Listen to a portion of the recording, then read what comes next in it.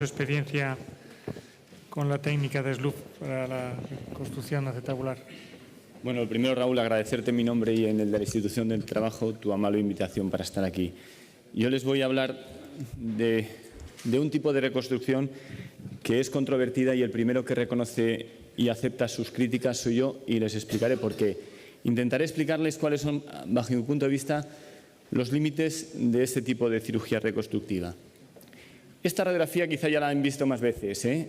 Yo creo que no es lo mismo reconstruir una cadera a un paciente de 82 años que a un paciente de 63 años. Eso no cabe ninguna duda. Pero fíjense, les hago ya gracia en estas edades porque en las siguientes placas que verán ustedes, estas edades cada vez van siendo inferiores. Así que yo creo que en ese sentido tenemos que por lo menos tenerlo en mente, este tipo de cirugía reconstructiva que, como toda reconstrucción acetabular, sus objetivos están claramente definidos y lo que les diferencia con respecto a las demás es el aporte biológico que hacemos. Luego les explicaré también qué tenemos acerca de la anatomía patológica. Los principios, como les decía, es una técnica que no requiere más que injerto, una serie de impactores, una serie de mallas para hacer los defectos, aquellos que no son contenidos en defectos contenidos, unos tornillos y cemento óseo. Aquí pueden ver ustedes cómo es la técnica para reconstruir los defectos no contenidos en contenidos, esquemáticamente y desde el punto de vista de la cirugía. Algunos ejemplos, y les podría enseñar bastantes, son defectos no serios, donde el resultado a los años ahí está. Por lo tanto, hasta aquí les he ido un poquito rápido para entrar ahora en la polémica. Estamos de acuerdo que en aquellos defectos menos severos este tipo de cirugía reconstructiva va bien, lo mismo que si emplean cualquier otro. Pero vamos a ver qué es lo que pasa aquí, los escenarios ya donde la cosa se complica un poquito. Evidentemente, este es un ejemplo mío del hospital donde yo trabajaba antes. Fíjense este defecto acetabular que llega hasta la zona del isquion. Se intentó y se hizo una cirugía con injerto impactado y fíjense como a los 4 años el testigo de polietileno se ha movido con respecto al posoperatorio inicial.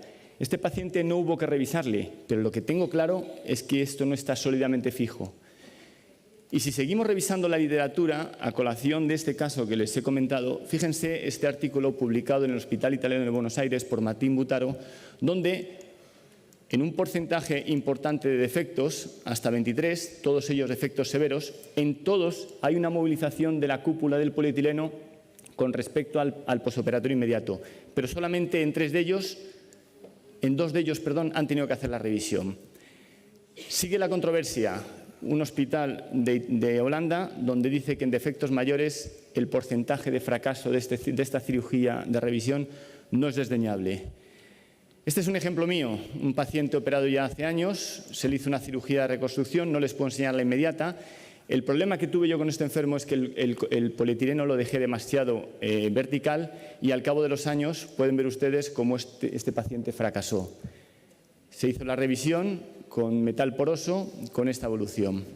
Y este otro enfermo más reciente, lo que les comentaba antes, fíjense la edad que les estoy referenciando, 39 años con ese desgaste de polietileno, ese defecto, donde hicimos una técnica de cirugía reconstructiva con injertos impactados, el posoperatorio inmediato parece satisfecho, pueden ver ustedes la diferencia entre el pre y el post, el seguimiento al mes, el seguimiento a los 7 meses, todo estaba en orden, pero fíjense, de los 7 meses a los 11 meses, fracaso. Por lo tanto, ya les enseño 2 enfermos míos donde este tipo de cirugía me ha fracasado, probablemente porque no supe o no hice bien el aplicar los principios básicos de esta reconstrucción. Luego se revisó esta paciente, lógicamente, con un sistema no poroso, con este resultado a los 4 meses. Así es que, como ven, hasta ahora se genera cierta controversia, pero la primera que la reconoce en esta controversia son los propios autores que han descrito la técnica de la escuela de Nimega, donde dicen que los resultados de este tipo de cirugía es menos favorable en los grandes defectos y todavía habrá que demarcar cuál es el límite. Esta misma escuela publica posteriormente en este número de defectos unos buenos resultados. Fíjense que la misma escuela unos años antes dice que no saben dónde marcar el límite y después dicen que en este tipo de defectos tienen buenos resultados. Pero vamos a ir a una escuela cercana a la nuestra, la Escuela de la Paz. En el año 2000 2011 publican un número muy importante de defectos considerables, defectos severos, con una supervivencia a los 8 años. Y fíjense lo que concluyen. Dicen que la reconstrucción acetabular permite el posicionamiento anatómico de la cúpula y es asociada con muy bajo índice de revisión. 2011. 5 años después, si mal no recuerdo, es del 15, perdón. 4 años después, porcentaje importante de grandes defectos, pero aquí ya la conclusión concluyen de otra manera. Dicen que caderas con un defecto segmentario lateral pueden necesitar otras opciones para la reconstrucción de estas cirugías tan demandantes. Por lo tanto, entenderán que hasta ahora la controversia existe. ¿Qué es lo que la literatura nos aporta en estos defectos, sobre todo de gente joven? Pues nos aporta la ayuda que nos ofrece la industria, la utilización de cuñas de metal trabecular para disminuir el centro de rotación y de esa manera tener que utilizar menos haloinjerto. Y desde ese punto de vista, este es mi principio cuando intento tratar pacientes jóvenes y les haré referencia a las edades que a continuación pueden ver. La utilización de bloques de metal trabecular, eso nos permite la utilización de menos injerto y luego hacer el resto de la técnica exactamente igual. 46 años. Muchos de estos pacientes que verán son secuelas de displasias de cadera. Este defecto, no podríamos decir que es un defecto masivo, pero es un defecto considerable.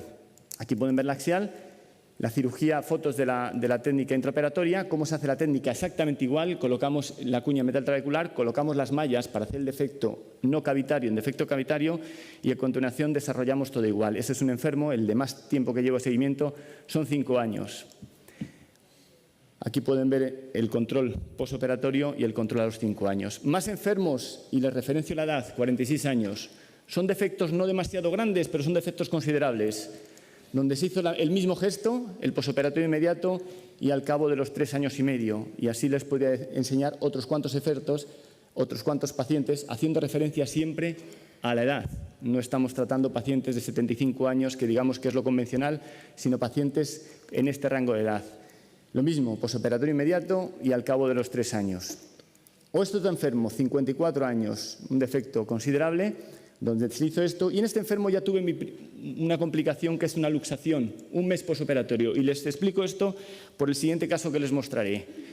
Fíjense, al año, a los 2 años y medio, pero esta paciente ha tenido 2 episodios más de inestabilidad. Por lo tanto, estaré obligado, cuando ella se decida a hacer una cirugía de reconstrucción, y probablemente pueda coger una muestra de lo que aquí está pasando, que eso no se lo puedo decir.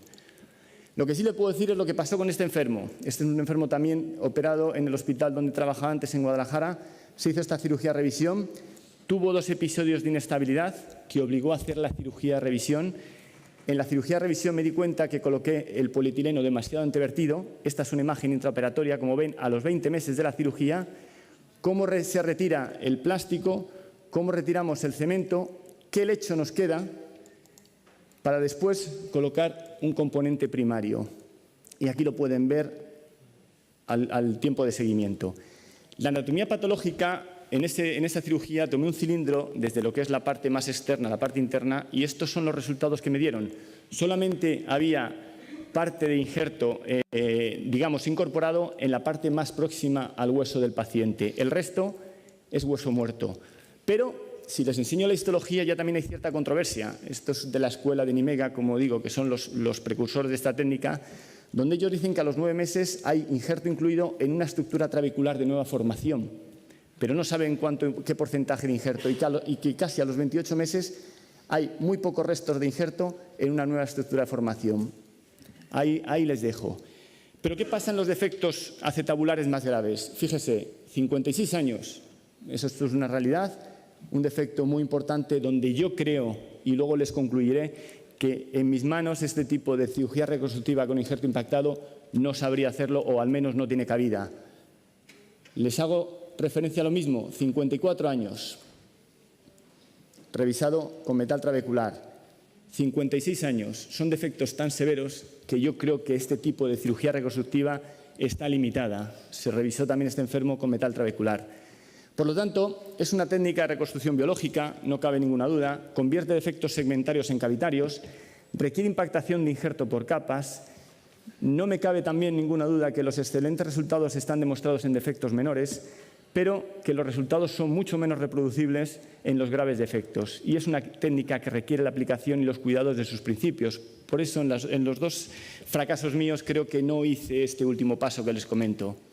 Para finalizar, y respondiendo a lo que se me planteó, yo creo que el límite de este tipo de reconstrucción acetabular está en aquellos defectos masivos con afectación de las dos columnas. Yo creo que aquí no estamos obligados a utilizar metal, por mucho que pensemos en la cirugía biológica. Nada más. Rafa, acero.